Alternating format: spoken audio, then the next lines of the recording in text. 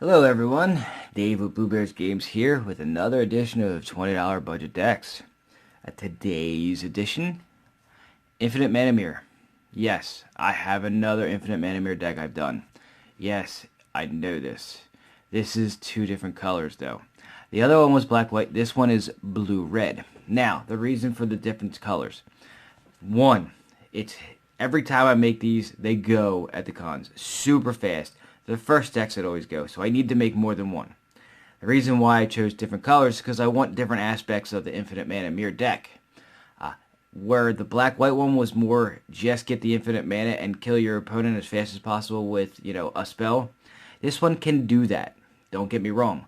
But this one has a more creature-based attack to it. So it can survive and attack if you don't get your infinite mana combo out. So, let's go ahead and take a look. They're very similar, don't get me wrong. They're almost identical in the aspect of the Mana Myr, but this one has more of a tribal attack to it as well. So, let's go ahead and take a look. Now, it's blue-red Mana Myr. So obviously we're going to have a playset of the Iron Mirror, which is the one that adds red. And then we're going to have a playset of the Silver Mirror, which adds the blue. So those are your two playsets. Anybody who's watched the previous Mana Myr knows the combo here. The combo is simple. It's Mirror Galvanizer. You have two of them. With those two out, if you read it, untap each other mirror you control. So the point of this is to have Mana Myr out, tap them for their mana, untap them. Tap them again, hit the next Galvanizer, tap it to untap them all. And then you keep going. Now the bonus to the Mirror Galvanizers, and yes, the other deck has them, and yes, you can do it with the other deck, but this one has better creatures in it for it, is this is your Anthem, your Lord, they all get +1/+1. So, for the purposes of this deck, that's more important than it is in the black-white version. So, there's your combo. The other part of the combo, you want to use Palladium Mirror as the card that you untap because you're going to, it's one to untap everything. And the Palladium Mirror gives 2 every time it's tapped. So, the combo can work with multiple Iron or Silver Mirrors out, but it definitely works with just one Palladium Mirror out. So, that's why there are 2 of them in there.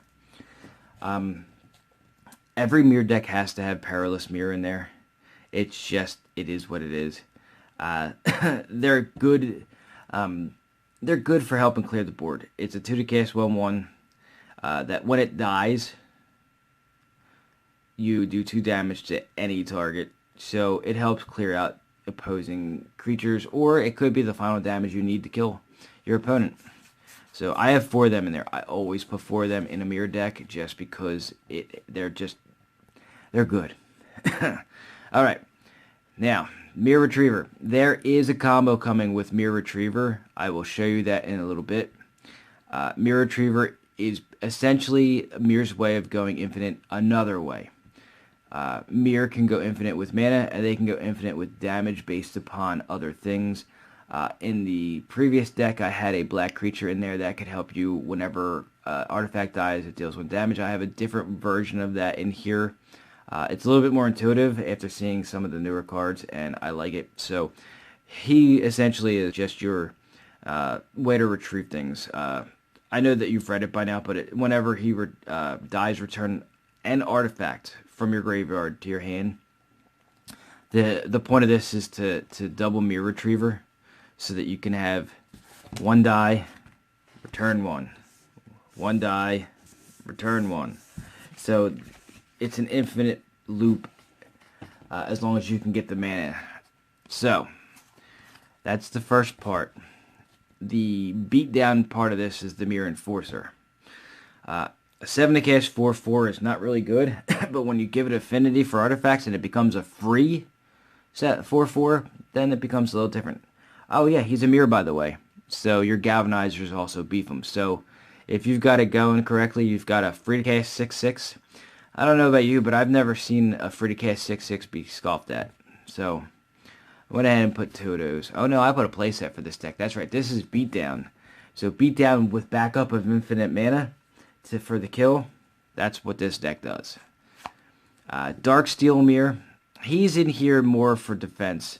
So if you don't have your Beatdown plan going, but your infinite mana is going, but you just don't have the card to kill, he's in here to essentially just be a indestructible wall. However, with Galvanizers out and the Beatdown effect in play, he is a beat stick because he can just attack, not worry about dying. He doesn't die. So with 2 Galvanizers, he's a 2/3 that can just keep attacking.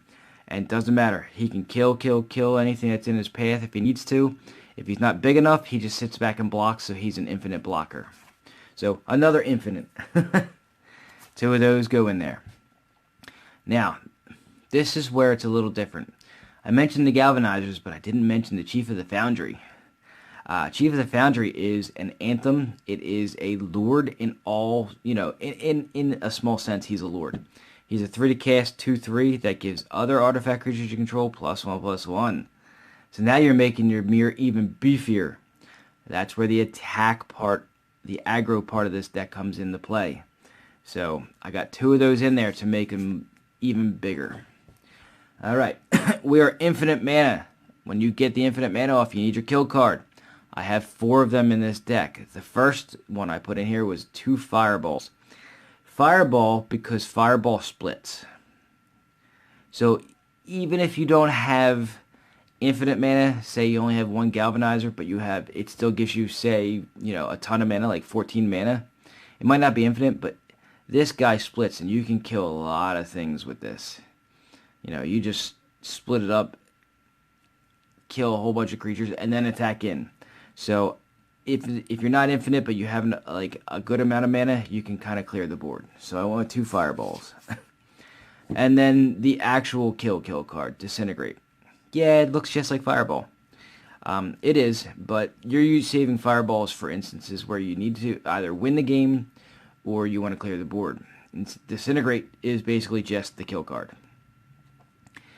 It does X damage to anything you want, and then if it's a creature, it removes it from the game. So those are your 4 kill cards. Some help to get you there. Thought Cast, Affinity for Artifacts, draw 2 cards. So essentially, it's going to end up being a 1 to cast sorcery that gives you 2 cards. That's what you're looking to get for that. Fairy Mechanist is a 4 to cast 2/2 flyer. He can help the beatdown effect because he himself is not only an artifact creature, but he also has flying. So he gets buffed from the Chief of the Foundry. So he can be a 3/3 or a 4/4 flyer for you. But he's more here for when he enters the battlefield, look at the top 3 cards of your library, reveal an artifact from him, put it in your hand, and put the rest in the bottom of your library. So you can get to the cards you need quicker. So I actually have a play set of those in there because he kind of helps you get there. Now, how to kill your opponent another way. I'm sorry, no, that's not this one. That was a different one. Mind Spring, I'm going to start with the rares. Mind Spring is in here so that you can draw cards to get there. You're able to create a good amount of mana, so you can basically fill your hand up with this. I'm pretty sure you can get 7 mana or actually 9 mana up pretty quickly, so you can fill your hand back up to 7. For some reason, if you are out of cards. You shouldn't be out of cards, but if you are, that's what this is for. Now, I mentioned earlier that there is a Mirror Retriever combo. Here's the card I'm talking about.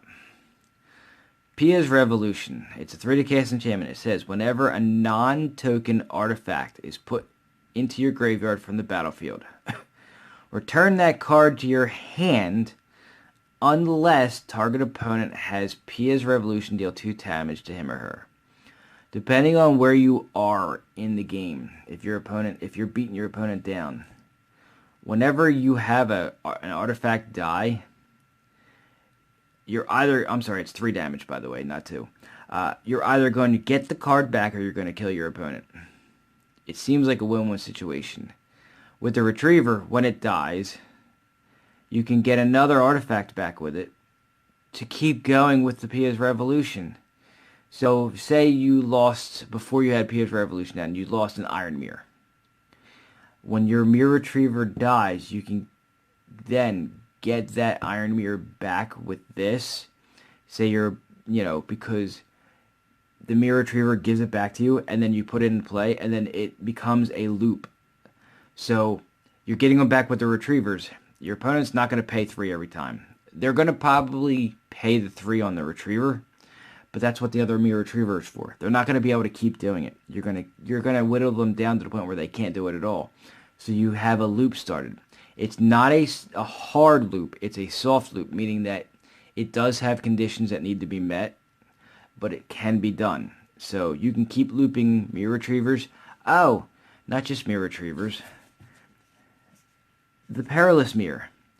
The Perilous Mirror, when it dies, deals 2 damage as well. I forgot about that. So they're going to have the 2 damage from the Perilous Mirror. And then are they going to take the 3 damage from Pias Revolution? That's 5 damage just on 1 card. Imagine keeping that going. So you're going to get it back, and then you're going to be able to do it again. So I thought that was a pretty neat tech for this deck. Yes, it's infinite mana. Yes, you can kill your opponent with infinite mana. But I thought the other stuff with the beatdown aspect, the Pias Revolution aspect, I thought it was an interesting, different version of the infinite Mana Myr deck that I had not been able to make before. So I went with that. The special, I don't even know if you can see that. No, you can't. Okay. All right. The next card, Steam Augury. It's for the cast. It's an instant. Reveal the top 5 cards of your library and separate them into 2 piles. An opponent chooses one of those piles, and you put that pile into your hand and the other into your graveyard. Essentially, you're just trying to get more cards into your hand. However you do it, that's up to you. It depends on what ends up coming up and what ends up not coming up. So it's more for drawing cards. The special card I put in here was Dictator of the Twin Gods. Remember, we're a beatdown deck. We're an infinite mana deck. We're a Pias Revolution deck. Dropping this down, your opponent's never going to let you not take the card. They're not going to ever... You plop this down and Pias Revolution at the same time, and you have an artifact die, they're not going to say, yeah, sure, I'll take the damage. Because when they take the damage, it's 6. They're not going to take that. So, I went with Dictator of the Twin Gods for this one. And it's a special edition card because it's foil. Alright, so, we're a dual color deck. It's blue and red, so we got mountains and islands. We got faux fetches to get the right color out on the board. I do love that term, faux fetch. And is it Guild Gates for your dual land? So, that is your red-blue version of Infinite Mana Myr on $20 budget decks.